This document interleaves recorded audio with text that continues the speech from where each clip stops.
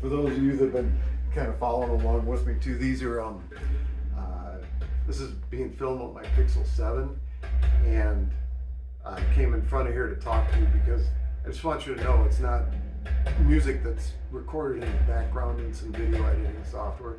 This music you're hearing is coming out of the speakers, and it's best if you are listening to it on headphones. That's the best, or a really good sounding stereo system, home theater system.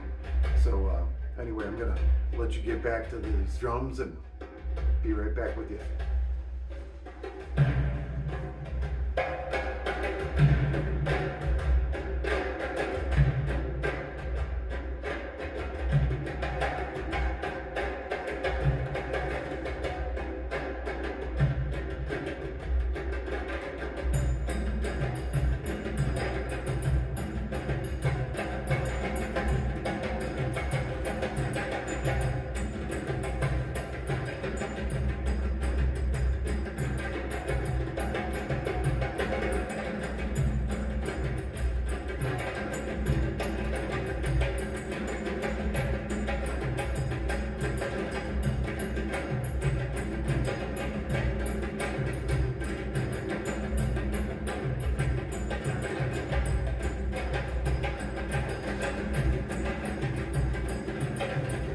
I also found that the recording on the Pixel 7 seems to be best when I'm not trying to overpower the speakers. So if I don't turn it up, it's simply so that you get a clear experience with the listening.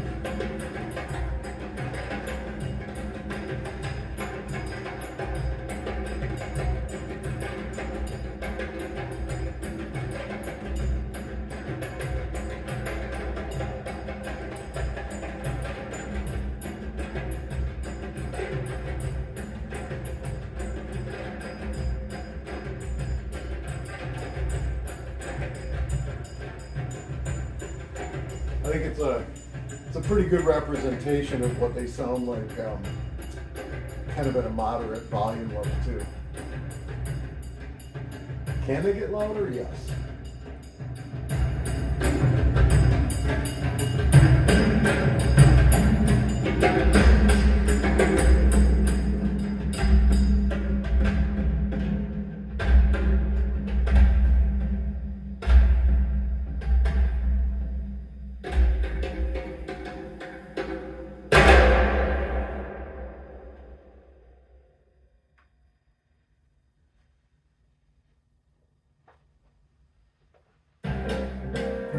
So, I think my impressions are,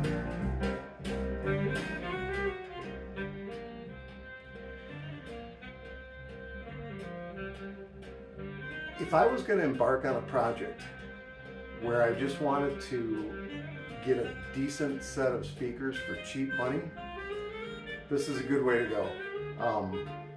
I think all in, $80 for a couple of speaker cabinets, another, say, I don't know, give or take 100 for crossover and wiring and the wood. You're going to need some insulation. You know, I managed to get it out of these Home Chef boxes, which also make great speaker stands. So there's another added benefit to it. But yeah, I tell you what, I mean, it cleaned them up a lot. I've been listening to it more and more all morning, all different kind of music, and it's really picked up a lot of depth and the imaging, the way it sounds, more holographic, more 3D. It's definitely improved them a great deal. So even with these cheap original drivers, it's made a big difference. The other thing that I had done was swapped out these ports. So it had 1-inch ports in there.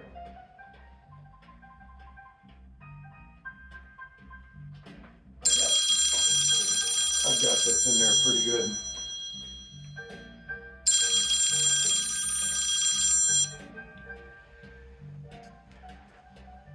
And so yeah, this is a 4-inch port versus a 1-inch port. why did I change this? Well, as I was listening to it with these guys in there, it still sounds really good. It does. The thing is though, is that the bass is just a little bit flat. That real low, deep bass is just a little bit flat. Sorry about that. So I think that what's happened here is basically by increasing by putting the insulation in here, I think I've increased the cabinet volume enough to where it just needed a little bit longer bass reflex port to give it the low bass.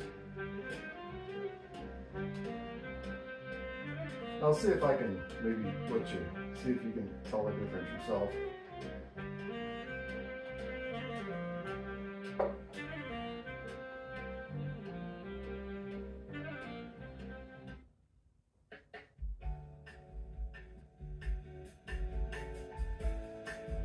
I don't know if there's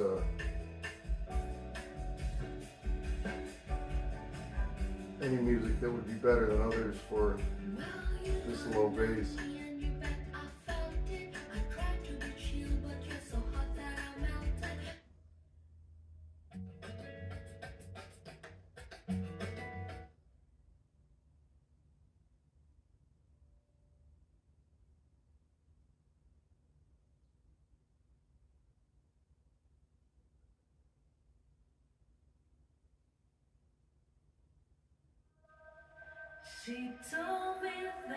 Well, I'm having trouble finding this. Anything with some lower bass.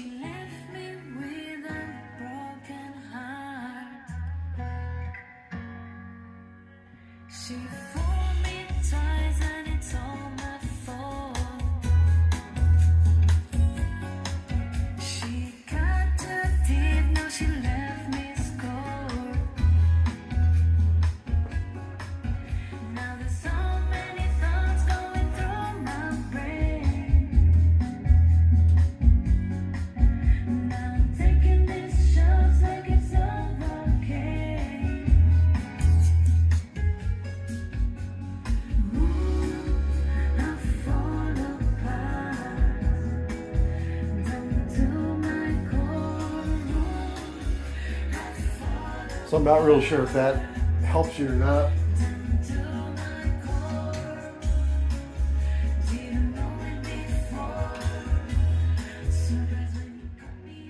So yeah, these the impressions I've got is that it's well worth it. Absolutely,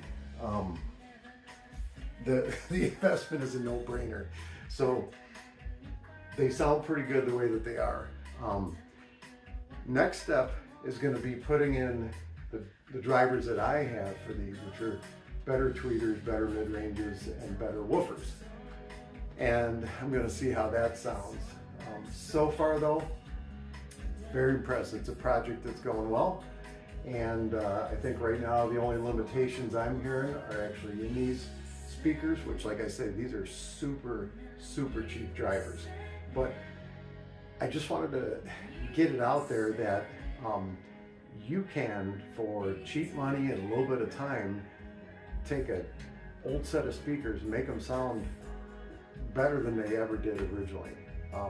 Especially if you're playing it with some high quality source material over a decent receiver or amp. You can make a dramatic difference for cheap money. And I would venture to say that even with these cheesy drivers, these would probably give some more expensive speakers a run for their money. I've listened to them quite a bit. I've turned them up quite a bit now, and yeah, they sound okay. Now again, this is all subjective, so for you guys that are just like nah, without a frequency graph, I'm not paying any attention to this. I'm not giving you any credibility, right? I get it, because a frequency response graph that can kind of show you where speakers are might be giving you some effects that aren't right or are really good, right? Or it might confirm what you're hearing. But in the end, you're going to have these speakers in whatever room you choose, and you're going to be listening to them. So they've got to, I think above all else, they've got to sound good. So yes, the graphs and everything else, they can help in terms of you, dialing in your design work or your modifications. But I mean, this project has essentially proven that I can take one of the world's cheapest cabinets and some of the cheapest drivers on the planet, and with a little bit of thinking and a little bit of work, make them sound decent.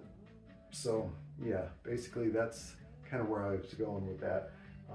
Anyway, the next video that you see, I'm gonna go ahead and put the other drivers in there so that we can listen to them like that. After I can get these grills unwarped, I'll probably even do a kind of a blind test between the two, so that might be kind of cool. So anyway, thanks a lot, and I'll be back later.